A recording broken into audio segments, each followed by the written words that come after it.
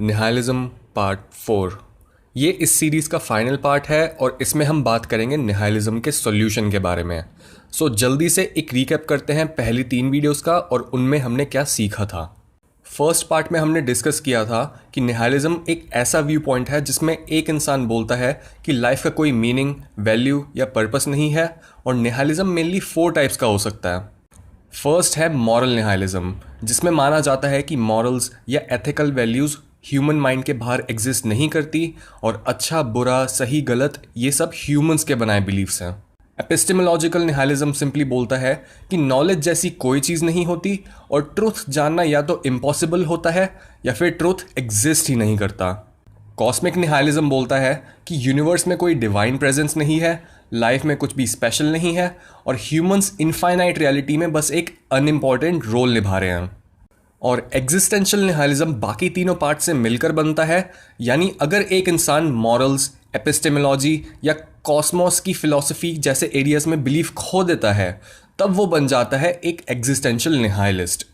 इसके बाद सीरीज के सेकंड पार्ट में हमने लाइफ के मीनिंग को एक्सप्लोर किया और डिस्कस किया कि क्यों हमारे अंदर सेंस ऑफ मीनिंग बढ़ जाता है अपनी सफरिंग को एक्सेप्ट करने से और अपनी लाइफ को ऑर्डर में लाने से। थर्ड पार्ट में हमने एक जर्मन फिलोसोफर फ्रेडरिक नीचा के निहाइलिज्म पर व्यूज़ की बात की थी और अब फाइनली क्वेश्चन ये है कि इसका सोल्यूशन क्या है। निहाइलिज्म शुरू होता है पुराने बिलीफ्स के ख़त्म होने पे। फॉर एग्जाम्पल, जब हमें समझ आता है कि यूनिवर्स का स्केल क्या है, अर्थ जैसे कितने ही प्लैनेट्स हैं और उनमें कितने ही प्लैनेट्स पर लाइफ हो सकती है, तब हम ये सोचने लगते हैं कि हमारी एग्जिस्टेंस शायद उतनी इम्पॉर्टेंट या स्पेशल नहीं है जितना हम समझते थे। और इसमें भी इतनी सफरिंग है, यहाँ वॉर्स हो रही होती हैं, एक एनिमल दूसरे एनिमल को मारने पर लगा रहता है और ऐसी एग्जिस्टेंस का क्या फ़ायदा, राइट? ये चीज़ हर निहाइलिस्ट सोचता है कि what's the point of all this. दूसरे हाथ पर हमारे एंसेस्टर्स मानते थे कि अर्थ यूनिवर्स का सेंटर है और हम बहुत स्पेशल हैं और इसी व्यू ने उनकी लाइफ को एक मीनिंग दे रखा था। तो क्या यहाँ पर कल्प्रेट हमारी नॉलेज है? क्योंकि जितना हम रिलीजन, स्पिरिचुअलिटी और एंशिएंट टीचिंग से दूर होते जा रहे हैं उतना ही हमारी लाइफ में सेंस ऑफ पर्पस कम होता जा रहा है। हमारे पास गोल्स तो हैं, पर जब उन्हें सपोर्ट करने के लिए कोई मीनिंग ही नहीं होता तो हमारे अंदर कुछ अचीव करने की ड्राइव ही नहीं आती। यहाँ पर सबसे बड़ी गलती एक इंसान ये कर सकता है कि वो इस फीलिंग को सच मानने लगता है और तभी मीनिंगलेसनेस काफ़ी सब्जेक्टिव है।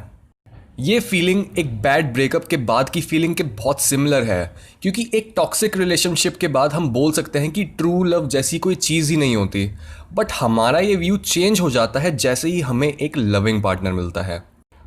निहाइलिज्म एक हद तक लॉजिकल है, पर इससे भी ज़्यादा ये एक अपॉर्चुनिटी है।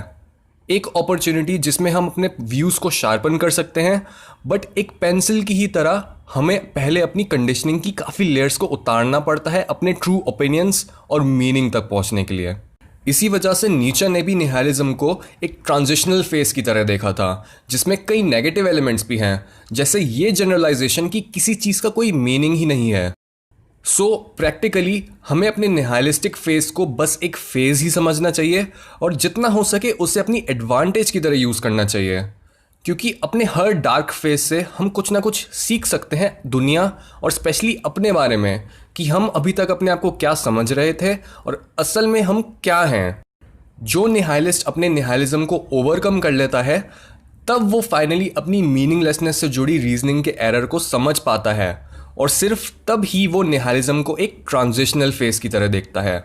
फाइनली निहाइलिज्म की इस अंडरस्टैंडिंग के बाद हम ये डिस्कस कर सकते हैं कि हमें इस फेज में क्या करना चाहिए और क्या नहीं।